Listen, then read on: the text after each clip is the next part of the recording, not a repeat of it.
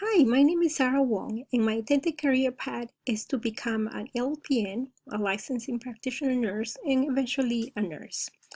For part A, I chose the word Myasthenia gravis. Myasthenia gravis is a rare disease, which means an abnormal condition characterized by chronic fatigability and muscle weakness. This word can be broken up in three parts. My, which is the root word that means muscle.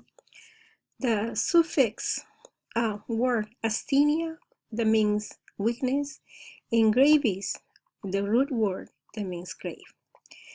Its name is Latin and Greek in origin and literally means grave muscle weakness.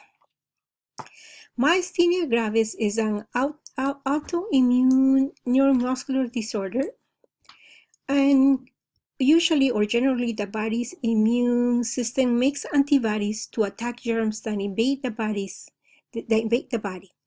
Autoimmune means that a person's immune system malfunctions and it creates antibodies that attack the person's own cells.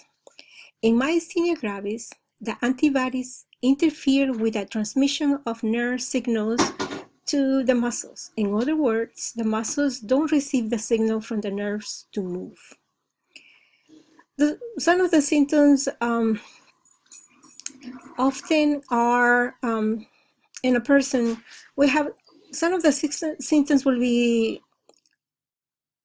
of having a specific muscle weakness, and it's not an overall tiredness or fatigue.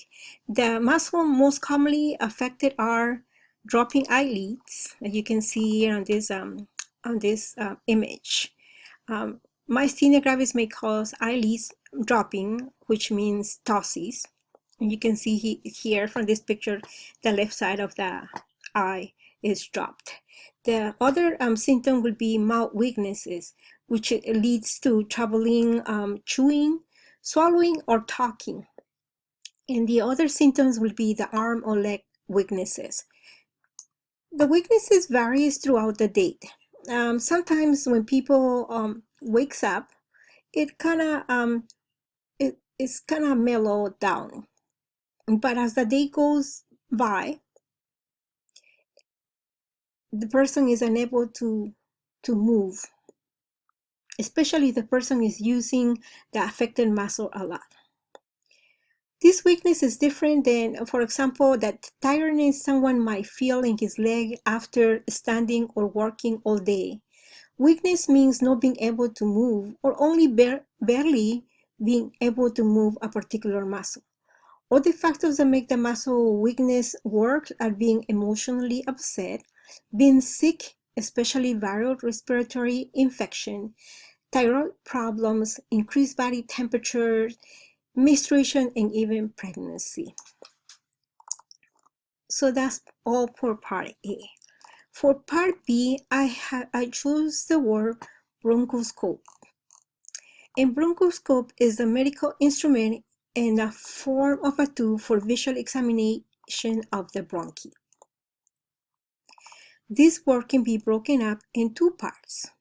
Broncho, which is the root word or combining form meaning bronchi, and scope, which is the suffix word that means instrument for examining. A bronchoscope is used to view the airway, and you can see here in this picture.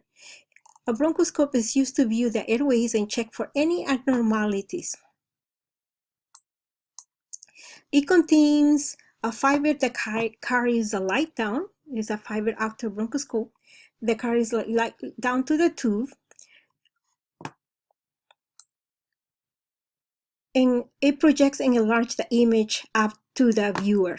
So like you see in the picture above, the viewer can see what's happening in the lungs and the bronchi. There are two major types of bronchoscope.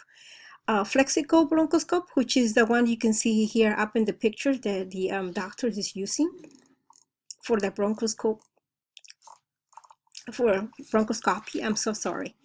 And then also in this picture, it is a narrow, flexible, lighted tube attached to a camera. Flexible bronchoscopes are used more often than rigid bronchoscope, and do not require general anesthesia. You can see here is the camera and here is a tube. And the other type of bronchoscope is a rigid bronchoscope. Rigid bronchoscope is a narrow, approximately 1 centimeter rigid tube. When a rigid bronchoscope is used, the procedure is done in the operating room under a general anesthesia. And you can see here the different types of it.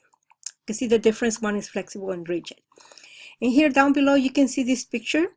A rigid bronchoscope may be used when there is bleeding in the airway to place a stent to open constricted airways or to remove a foreign body that is lodged in the airways.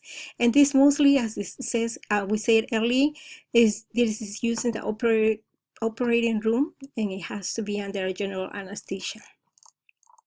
To remember this word, I remember the word stethoscope, which is the instrument to listen to someone's heart or long sounds. And the other word I used to remember is broncho for bronchus. It's an air passage in the lung through which pass inhale air and exhale air.